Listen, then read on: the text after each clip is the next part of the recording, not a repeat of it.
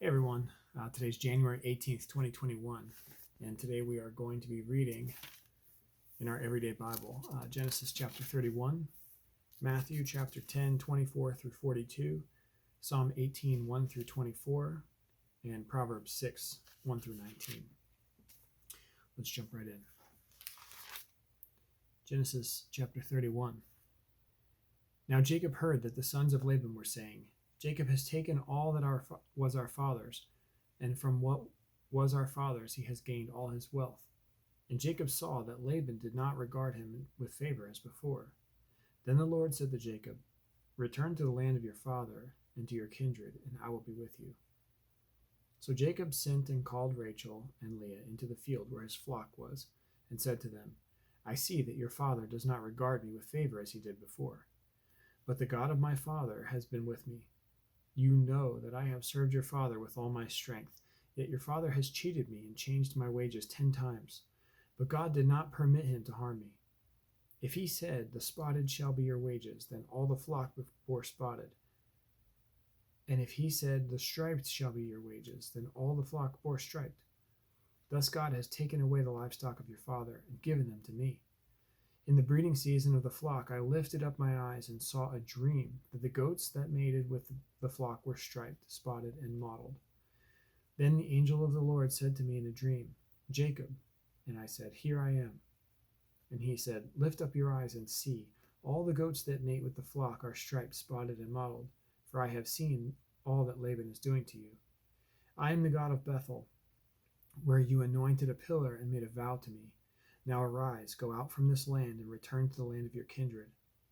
Then Rachel and Leah answered him and said to him, Is there any portion or inheritance left to us in our father's house? Are we not regarded by him as foreigners? For he has sold us, and he has indeed devoured our money. All the wealth that God has taken away from our father belongs to us and to our children. Now then, whatever God has said to you, do. So Jacob arose and set his sons and his wives on camels. He drove away all his livestock, all his property that he had gained, the livestock in his possession that he acquired in Paddan Aram, to go to the land of Canaan to his father Isaac. Laban had gone to shear his sheep, and Rachel stole her father's household gods. And Jacob tricked Laban the Aramean by not telling him that he intended to flee. He fled with all he had and arose and crossed the Euphrates and set his face toward the hill country of Gilead. When it was told Laban on the third day that Jacob had fled, he took his kinsmen with him and pursued him for 7 days and followed closely after him into the hill country of Gilead. But God came to Laban the Aramean in a dream by night and said to him, Be careful not to say anything to Jacob, either good or bad. And Laban overtook Jacob. Now Jacob had pitched his tent in the hill country, and Laban with his kinsmen pitched tents in the hill country of Gilead.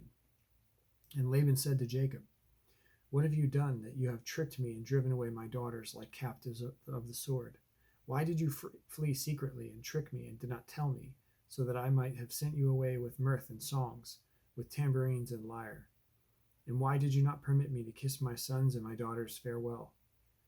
Now you have done foolishly. It is in my power to do you harm. But the God of your father spoke to me last night, saying, Be careful not to say anything to Jacob, either good or bad.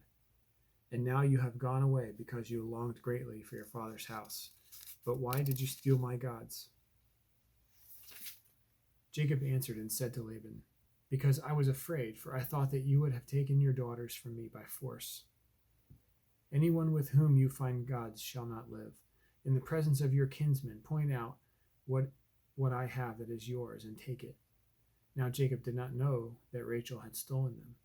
So Laban went into Jacob's tent and into Leah's tent, and into the tent of the 2 female servants, but he did not find them. And he went out of Leah's tent and entered Rachel's. Now Rachel had taken the household gods and put them in a camel's saddle and sat on them. Laban felt all about the tent, but he did not find them. And she said to her father, Let not my lord be angry that I cannot rise before you, for the way of women is upon me. So he searched, but he did not find the household gods. Then Jacob became angry and berated Laban. Jacob said to Laban, What is my offense? What is my sin that you have hotly pursued me? For you have felt through all my goods What have you found of all your household goods? Set it here before my kinsmen and your kinsmen, that they may decide between us two. These 20 years I have been with you. Your ewes and your female goats have not miscarried, and I have not eaten the rams of your flocks. What was torn by wild beasts I did not bring to you. I bore the loss of it myself. From my hand you required it, whether stolen by day or stolen by night. There I was, by day the heat consumed me, and the cold by night, and my sleep fled from my eyes. These 20 years I have been in your house. I served you 14 years for your 2 daughters, and 6 years for your flock, and you have changed my wages 10 times. If the God of my father, the God of Abraham, and the fear of Isaac has not been on my side, surely now you would have sent me away empty-handed. God saw my affliction and the labor of my hands, and rebuked you last night.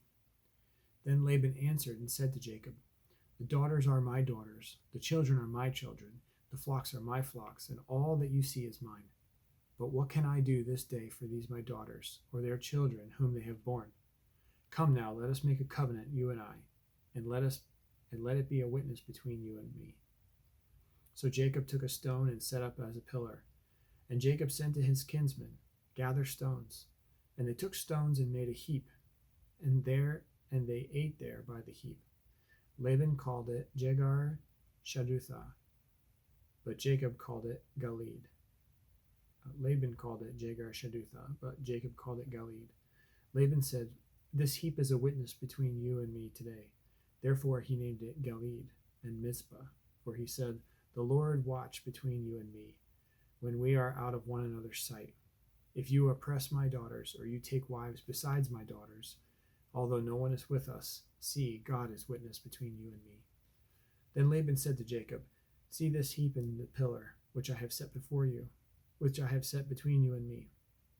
This heap is a witness, and the pillar is a witness, that I will not pass over this heap to you, and you will not pass over this heap and this pillar to me, to do harm. The God of Abraham and the God of Nahor, the God of their father, judge between us. So Jacob swore by the fear of his father Isaac, and Jacob offered a sacrifice in the hill country, and called his kinsmen to eat bread. They ate bread and spent the night in the hill country. Early in the morning Laban arose and kissed his grandchildren and his daughters and blessed them. Then Laban departed and returned home. Our next passage is Matthew chapter 10, verses 24 through 42. A disciple is not above his teacher, nor a servant above his master. It is enough for the disciple to be like his teacher, and the servant like his master. If they have called the master of the house Beelzebul,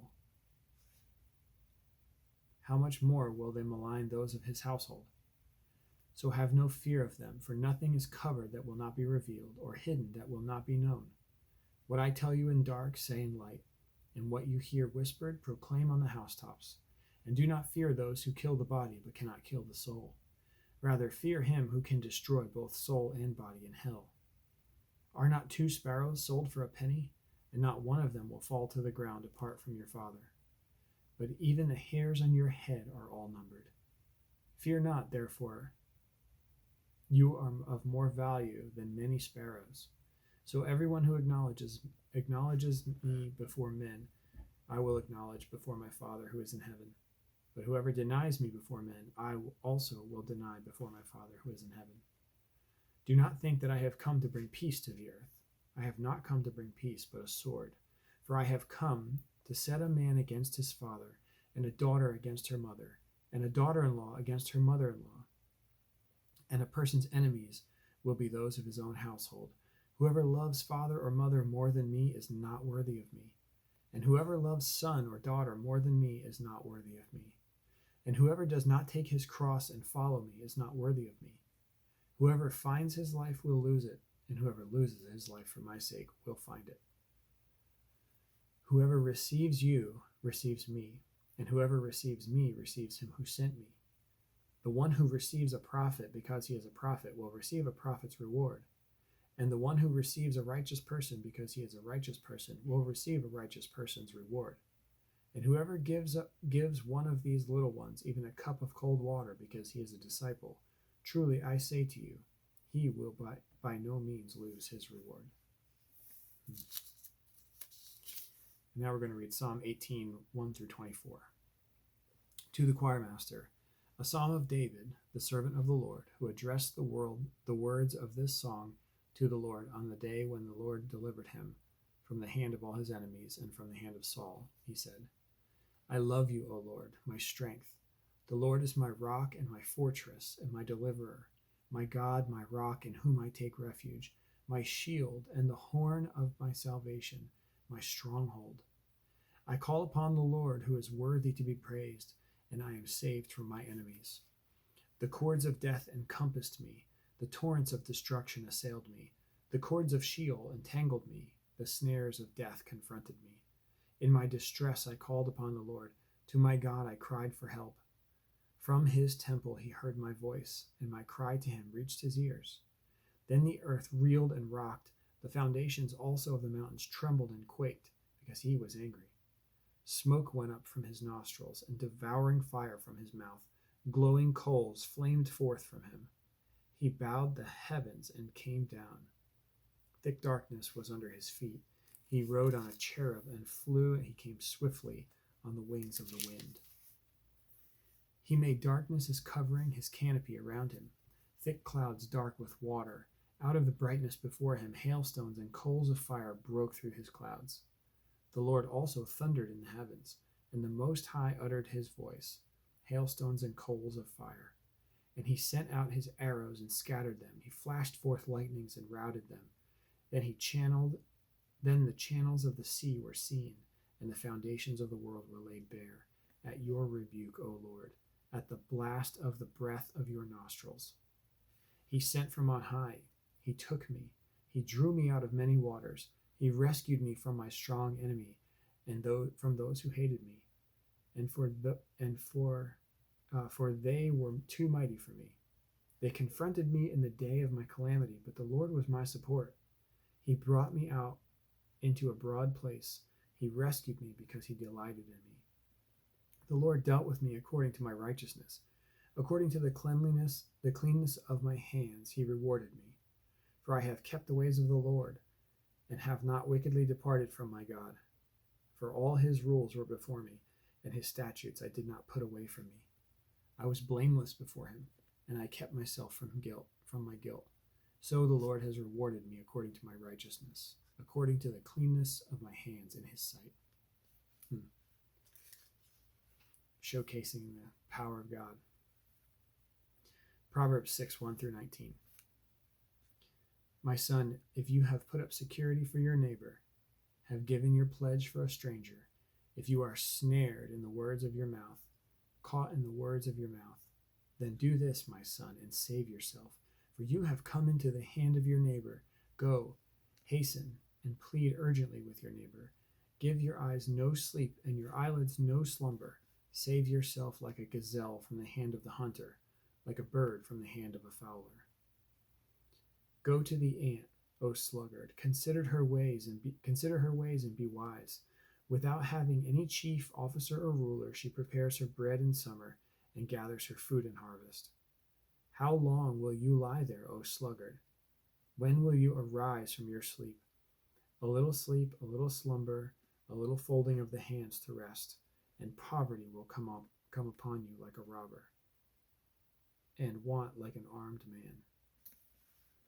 A worthless person, a wicked man, goes about with crooked speech, winks his eyes, signals with his feet, points his finger, with perverted heart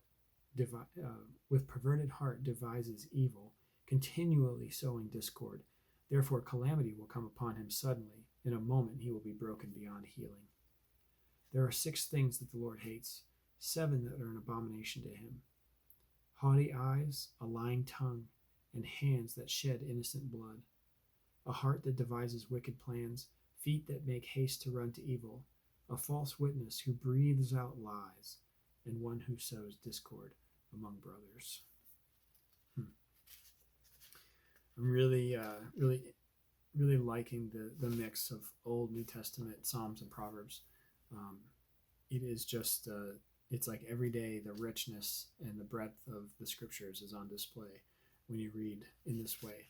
I feel like having the mix of these four categories, to me, is really keeping me engaged.